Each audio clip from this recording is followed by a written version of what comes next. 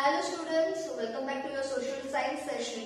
In this session, we are going to start the next topic of our chapter 2, the Delhi Sultans.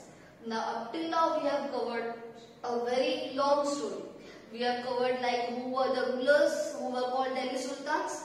We have covered the dynasties which belong to the Delhi Sultanate. Also, we got to know about how the administration of the kingdom was done during the rule of the Delhi Sultans or the Delhi Sultanate. Now, it's time that we start about another topic here in this chapter. Yes, one thing you already know that last Delhi Sultan ruler was Ibrahim Lodi.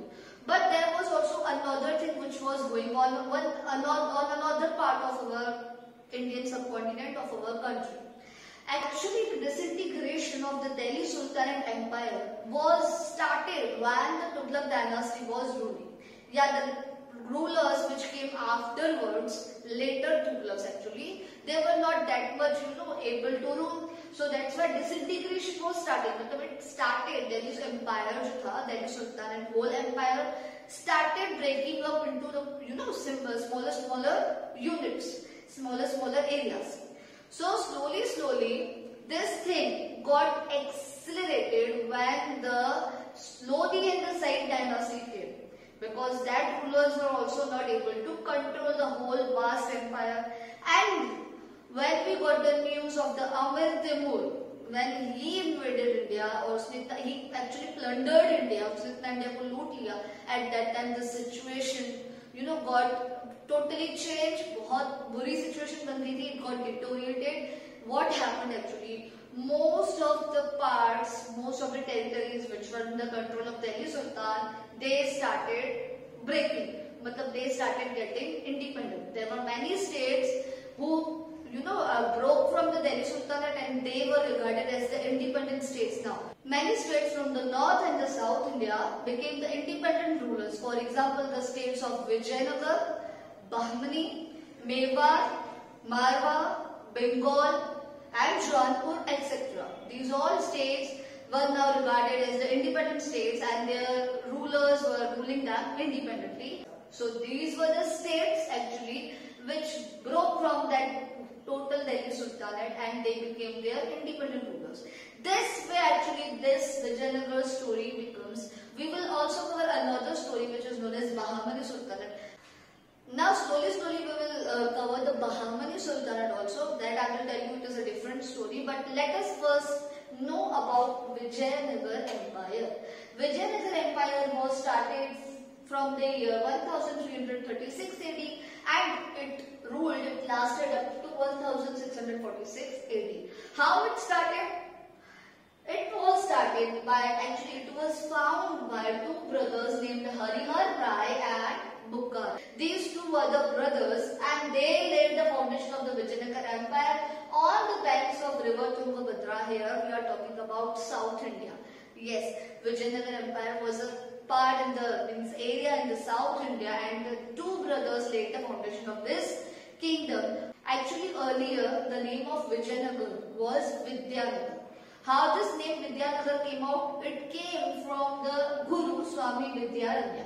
Swami Vidyaranya was the Guru of Harihar Rai and Bukkar Rai. He only encouraged these two brothers to found, to start a new empire.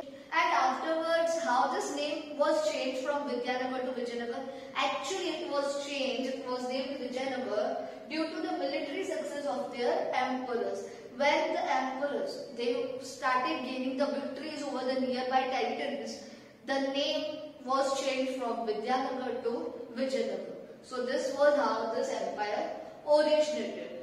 Yes, you have to remember the two names of the two brothers, Harihar Rai and Bukkar Rai. Now, there were many dynasties which ruled actually. First was the Sangam dynasty. Sangam dynasty is the dynasty from where Harihar Rai and Bukkar Rai belong. Yes, Harihar Rai and Bukkar Rai belong to the Sangam dynasty. Then after Sangam dynasty, Saluva dynasty ruled on Vijayanagar. Then Tuluva dynasty and then Aravidu dynasty. Saluva dynasty ruled actually for 20 years. Harihar Rai and Bukkar Rai have contributed a a lot in twinning a small kingdom into a vast empire as Vijayanagar Empire. So this was all about Harihara and Bukka Rai. Let's learn about another king, which is Krishna Dev Rai, who belonged to Tuluva dynasty. Now let's learn about another king who belonged to the Vijayanagar Empire, that is Krishna Dev Rai. So as earlier I have told you that there are 4 dynasties which ruled over Vijayanagar Empire. This King Krishna Dev Rai belongs to Tuluva dynasty. Yeah, King Krishna Dev Rai was born under Tuluva dynasty. He was the best ruler of the Vijayanagar Empire from Tuluva dynasty, and even he also got the honor of being a great ruler of India. Yeah, his name is taken in the list of the great rulers of India. He was famous as the great ruler of India. He won many battles during his reign, and even he spent most of his life on the battlefield, but did not neglect administration. He won many battles. He spent most of his lifetime on the battlefield, but he never neglected administration. He wished to conquer as many territories he can, but also side by side he was doing the administration work. What work he has done actually? He got lakes and canals dug in the state and encouraged agriculture. Wherever water problem was there, wherever agriculture was not possible because of the lack of irrigation, he got their lakes and canals constructed so that the water problem can be solved. Also, he abolished some unjust taxes and gained the love of people. Earlier there were some taxes which were unjust, which were not good, and they were taken by the people but who sahi nahi the. So he abolished them, he removed that taxes, and that's how he got the love of the people. As a ruler, people started liking him. He established a town called Nagalpur near Vijayanagar.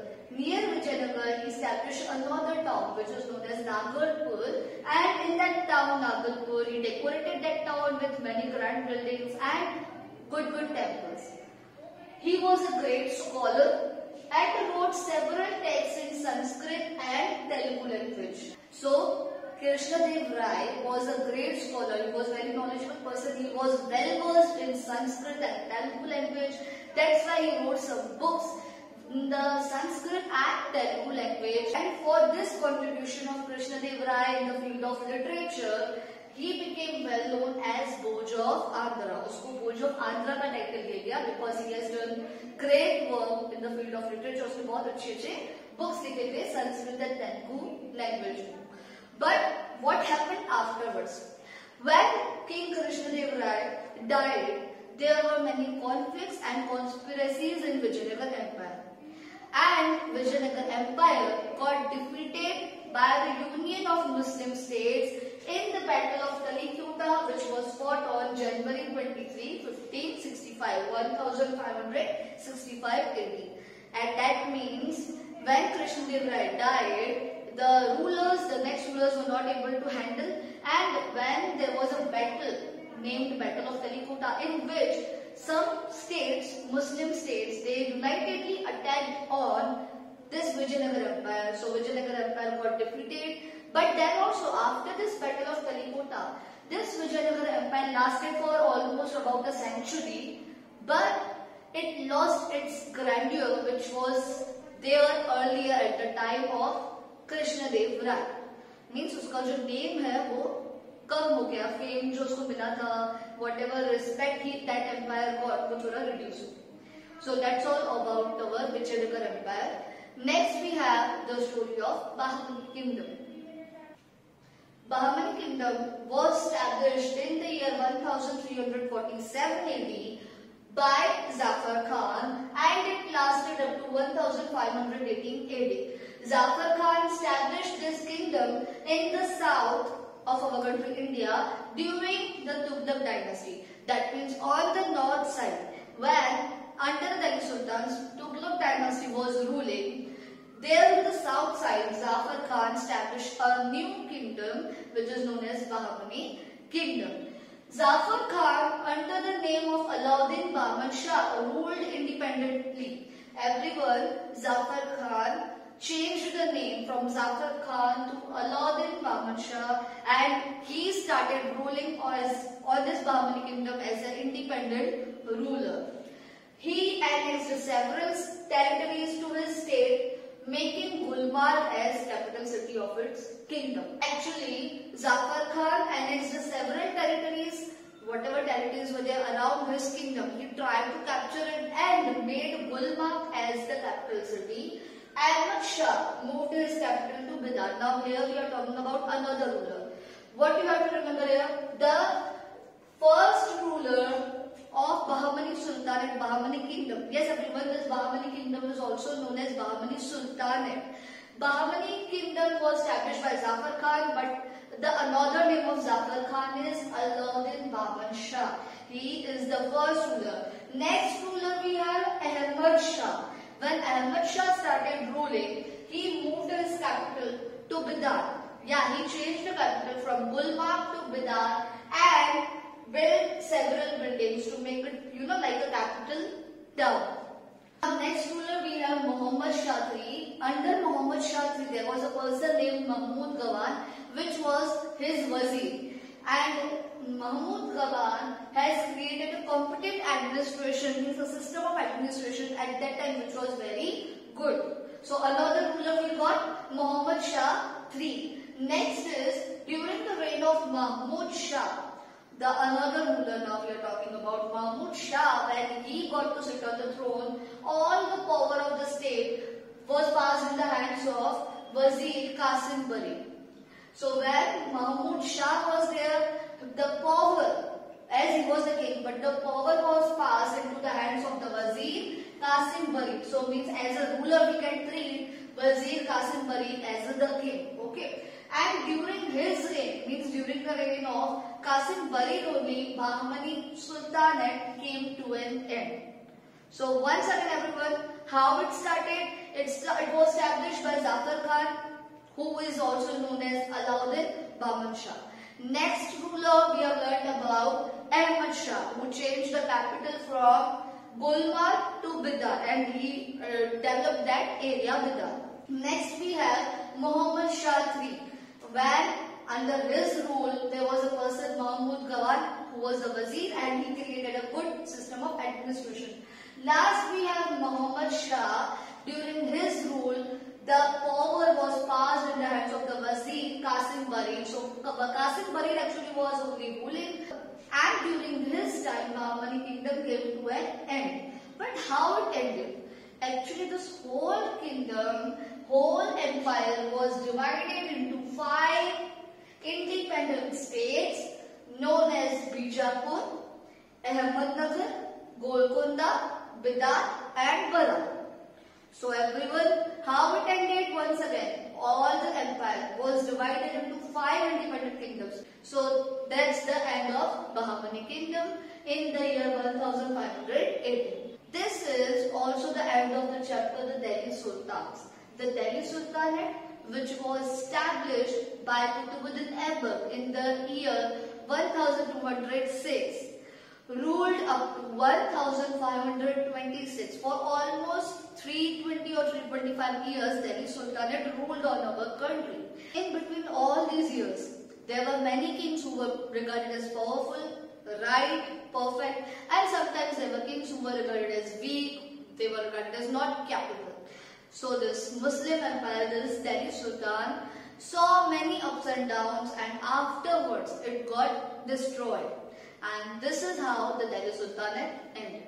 So that's all for this chapter. I will meet you with another chapter in the next session. Till then, keep learning. Thank you. Have a